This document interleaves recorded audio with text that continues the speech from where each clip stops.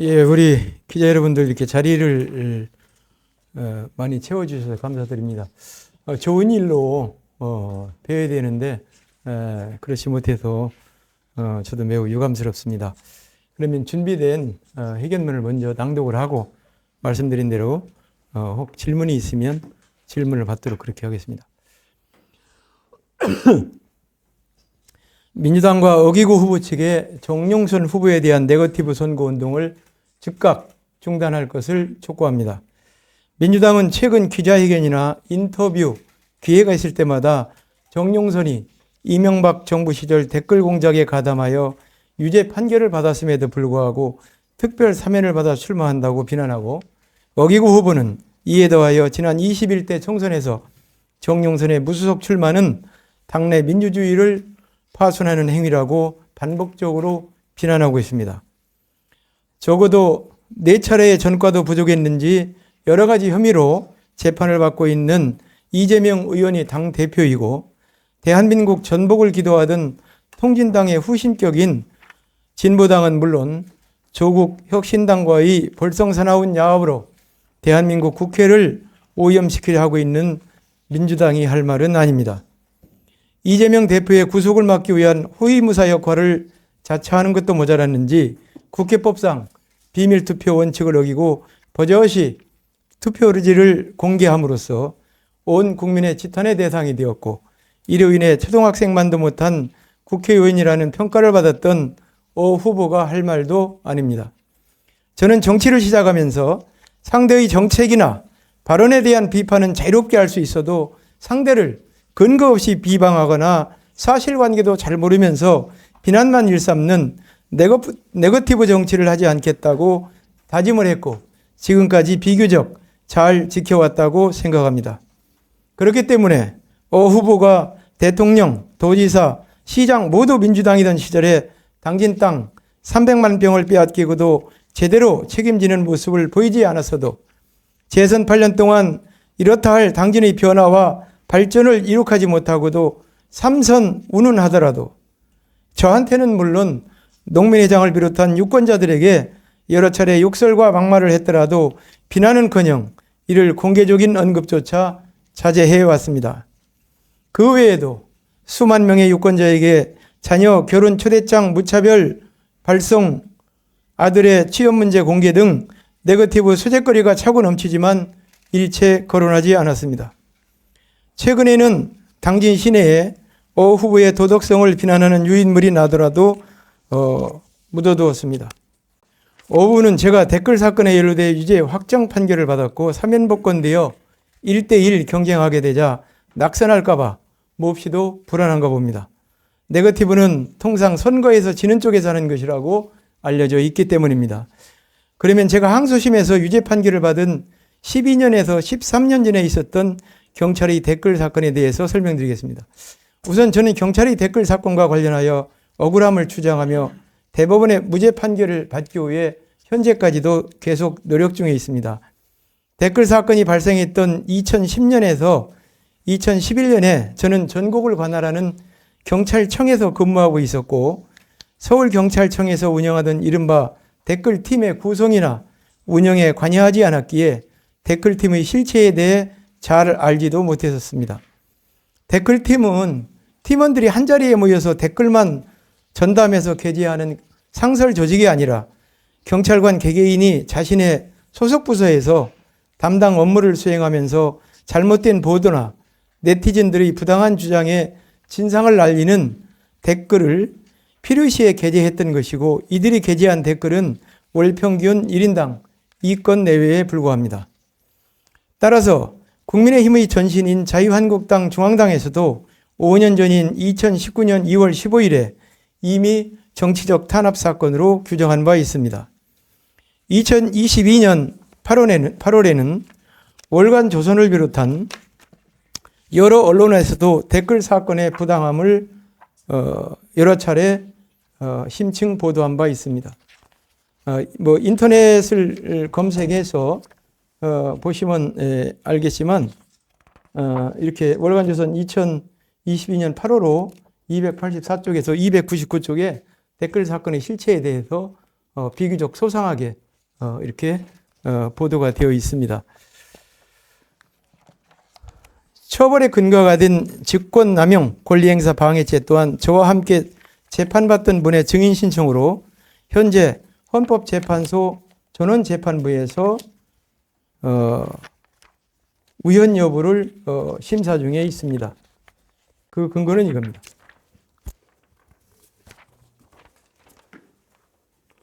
이게 기자님들 저 실명이 안 나가도록 부탁드립니다.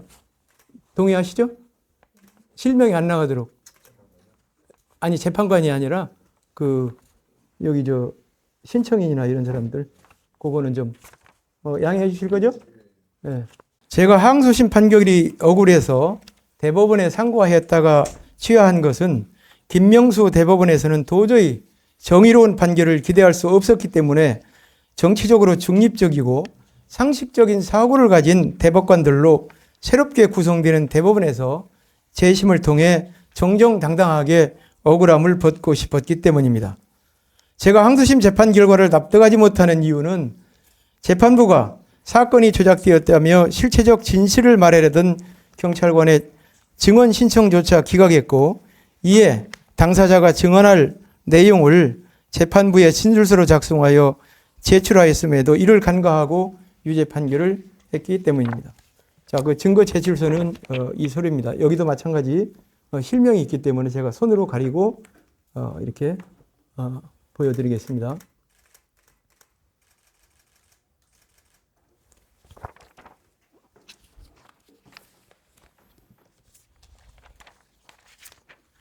둘째, 경찰의 댓글 사건은 후보의 주장처럼 댓글 공작이 아닙니다.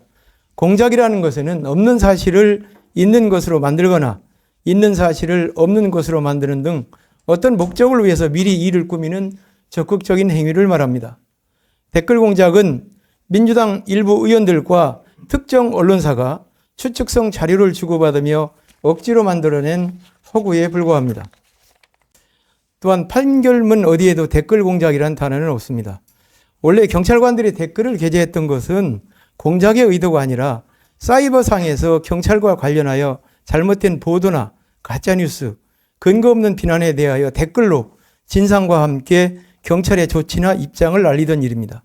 법령과 관행에 따라서 해오던 일상적이고 정상적인 업무였습니다.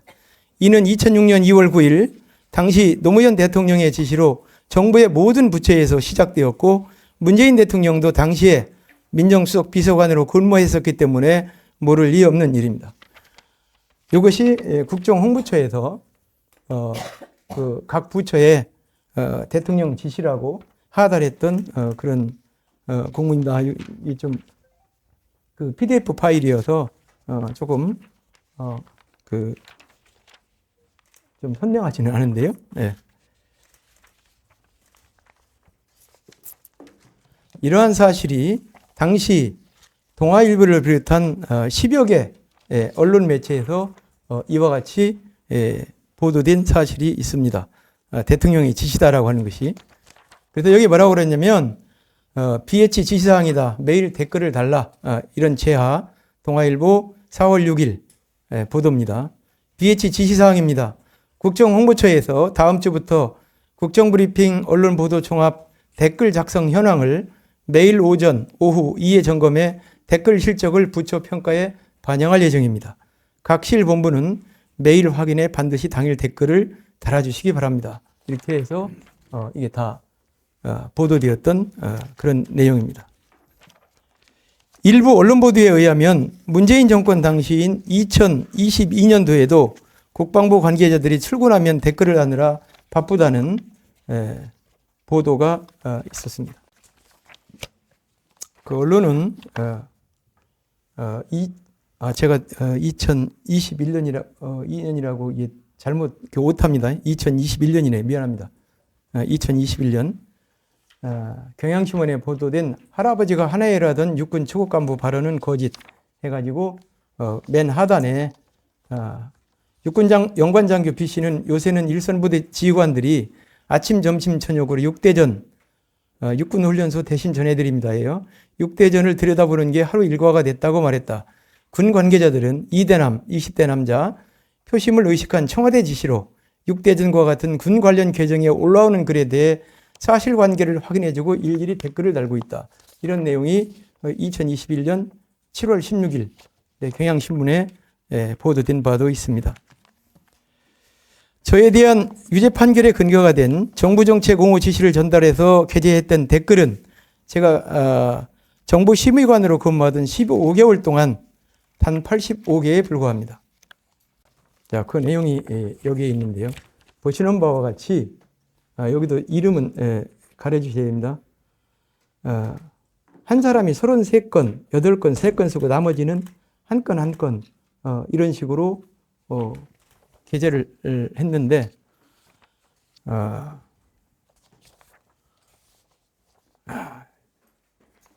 제일 짧은 댓글 하나만 낭독을 해드릴까요? 아니면 뭐냐면 이게 댓글도 아니고 아고라 사이트에 들어가서 본인이 그 본문 형태의 글을 씁니다. 근데 이 직원이 예전에 시위대에 끌려가고 일주일 동안 본인 이야기를 전해드린 바에 의하면 시위대한테 감금을 당해서 폭행을 당했다고 그래요. 그래서 폭력 시위하는 것만 보면 자기가 막 불이 나가지고, 근데 이분이 근무하는 데가 서울시청 광장 그 바로 맞은편에 있는 태평로 지구대장이에요. 그러니까 매일 거기 가서 불법 시위하는 거 보고 본인이 이런 글을 썼는데, 이게 정부 정책 옹호인지 한번 들어봐 주세요. 수많은 손님들이 우리나라 대한민국으로 이제 온다는 의미예요. 손님 맞이에 정성을 다합시다. 또 지금 우리는 힘으로 모아야, 이게 오타도 있어서 오타 그대로 읽어드리는 거예요. 지금 우리는 힘으로 모아야 합니다. 북한의 김정은이 보셨지요. 아마도 김일성, 김정일보다 훨씬 무서운 카리스마를 가진 인물인 것 같습니다. 그런데 이렇게 중요한 때에 그러니까 집회를, 근데 이게 막 빨리 쓰다 보니까 하고 시위를 한다면 그 사람들은 진정 이 땅의 국민들이 아닐 것입니다. 나라가 힘들 때는 서로 자중하고 힘을 모아 어려운 시기를이에요. 극복하는 훌륭한 민족이잖아요. IMF 때를 기억하시잖아요. 그렇게 힘들 때 금을 모으고 단합하면 되는 것입니다. 우리 모두 G20 성공적 개최를 위해 힘을 모아야 합니다. 그럴 수 있지요? 우리나라 국민들은 세계 최고의 민족이잖아요. 그렇지요. 이게 정부 정책을 옹호했다는 걸로 제가 처벌받은 근거입니다. 심지어는 중학생이 자전거 타고 넘어지는 걸 보고 거기 전경이 쫓아가가지고 일으켜 세워줍니다. 그래서 그 전경을 칭찬하는 글을 썼는데 그것도 집회 시위를 빙자한 정부 정책 옹호 행위다. 이렇게 기소를 한 정말 어처구니 없는 그런 사건입니다. 아까 어기구 의원 유포하는 유인물은 여러분들은 이렇게만 보여주고 말겠습니다. 이게 담벼락에 붙어 있었고 일부 지역에 이렇게 길바닥에도 있었다고 저희 선거 캠프로 제보가 왔던 사안입니다.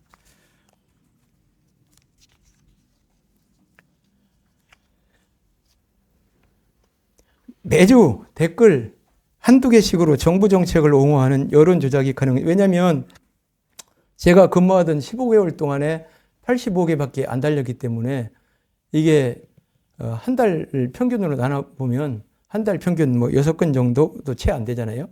그러니까 한 주에 4, 5주기 때문에 어떻게 보면 한 개나 두 개, 한 달에 한 개나 두 개 이렇게 그 터무니없는 이런 댓글이 그 댓글도 아니고 이거는 본인이 직접 본문 글로 쓴 거예요. 막 새벽에도 쓰고 이 사람은 불법 시위하는 걸 보면. 그런데 그것이 다 지시에 의해서 쓴 것으로 그렇게 된 겁니다. 그래서 이렇게 댓글 한두 개씩으로 정부 정책을 설사 옹호했다고 하더라도 그게 여론 조작이 가능한 것인지, 우리 사이버상에서 얼마나 많습니까? 민주당은 드루킹 같은 거 뭐 4천만 건인가를 조작했다는 거 아니에요? 근데 85개 댓글로 정부 정책 옹호하는 걸 여론 조작을 했다. 뭐 이거 납득할 초등학생도 저는 없으리라고 봅니다. 그래서 이걸 또 경찰 총수가 지시를 했는데 15개월 동안 85개밖에 안 달았다. 그러면 이게 과연 지시에 의해서 달았다고 볼 수 있는 거지. 엄격한 계급 사이인 경찰 조직에서 총수가 지시를 했는데 15개월 동안 달린 댓글이 85개월이다. 댓글이나 본문 게재글을 쓴 것 중에 문제가 있는 것만 간추어내서 그걸 지시의 근거로 삼은 것일 뿐이고, 아까 제가 낭독해 드린 대로 댓글의 내용도 그것이 무슨 특정 정치 세력을 비호한다든지 선거에 개입을 한다든지 하는 그런 정책인 것이 아니라 국민의 한 사람으로서 우리 국가적 행사를 잘 치러보자, 폭력 시위하지 말자, 이런 내용들이에요.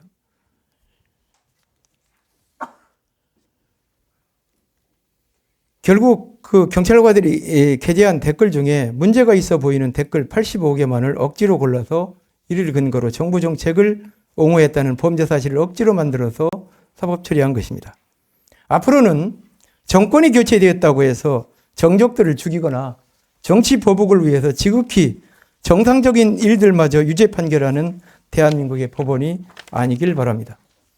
공직사회에 잘못된 관행이나 제도가 있을 경우 공직자가 사익을 취하거나 제3자에게 특혜를 주기 위한 일이 아니라면 청탁과 비리와 연계되어 있지 않다라고 하면 법령과 제도를 개선해서 바로잡는 것이 바람직한 것이고 선진국에서 취하는 태도입니다. 일부를 선택해서 억지로 사법 처리할 일은 더더욱이나 아닌 것입니다. 끝으로 오후부는 제가 공천에서 컷오프된 후 무소속으로 출마한 데 대하여 당내 민주주의를 파손하는 행위라고 비난합니다. 강성 지지자들에게 잘 보이기 위해 투표지를 공개하는 비굴한 행동으로 헌법상의 비밀투표의 원칙을 훼손한 당사자가 할 말은 아닌 듯합니다. 나아가 민주당은 친명횡재, 비명행사로 불리는 비상식적이고 불합리한 공천이 관행화되어 있기 때문에 중앙당의 모든 결정을 무조건 맹목적으로 따르는 비민주적인 정당인지는 잘 모르겠으나 자유민주주의 국가의 정상적인 정당이라면 중앙당의 부당하거나 불의한 결정에 대해 당원들이 당당하게 이견을 제시하거나 항의할 수 있어야 하고, 정당한 항의가 수용되지 않을 경우 당사자들이 자유로운 선택도 할 수 있을 때 더욱 민주적이고 투명한 정당이 될 수 있다고 생각합니다. 다시 한번 민주당과 어기구 후보에게 촉구합니다. 선거는 민주주의의 꽃이라고 했습니다. 헌정사상 가장 깨끗하고 공정하게 치러져야 할 22대 총선, 대한민국의 명호를 결정짓는 이번 선거가 네거티브로 인해 국민과 유권자들께서 눈살을 찌푸리시는 일이 없도록 즉각 중단할 것을 다시 한번 촉구합니다. 그럼에도 불구하고 지금과 같은 네거티브를 반복한다면 기다리는 것은 당진 시민들의 준엄한 심판일 뿐임을 명심하기 바랍니다. 아까 제가 도중에 제시 가져와서 이제 못 찾아갖고 제시하지 못한 그 서류가 보면 수사 단계에서도 민주당 PLL 의원들이 미리 막 댓글 공작을 벌였다 이렇게 기정사실화해서 국회에서 떠들고 그거를 그대로 막 확인하는 수사를 합니다. 그러니까 제보자가 민주당 의원들한테 주면 그 민주당 의원들이 특정 언론에만 줘서 단독 보도를 계속 이어가고 그 단독 보도를 한 사람은 이달에 언론인상까지 받았습니다. 그리고 나서 나중에 본인의 블로그인지 제가 기억이 안 나는데 그것도 제시하려면 제시할 수 있습니다. 블로그에 그 과정을 자랑스럽게 써놨습니다. 그런 것을 볼 때 저의 억울함을 푸는 문제가 아니라 이 사건의 배우가 누구인지 저는 그것까지 밝혀야 된다고 생각을 합니다. 그리고 이것은 제가 재판이 끝난 것이기 때문에 증거자료 중에 하나지만 여러분들께 나눠드리도록 하겠습니다. 이거는 공개된 자료이기도 해서 한번 나는 한 장 주셔야지. 한번 보십시오. 여기에 보면 경찰청장이 댓글 지시를 했다는 근거로 이게 인용된 것인데 이것이 과연 댓글을 지시하는 내용인지 한번 여러분들이 보고 판단해 주시기 바랍니다. 장시간 경청해 주셔서 감사합니다.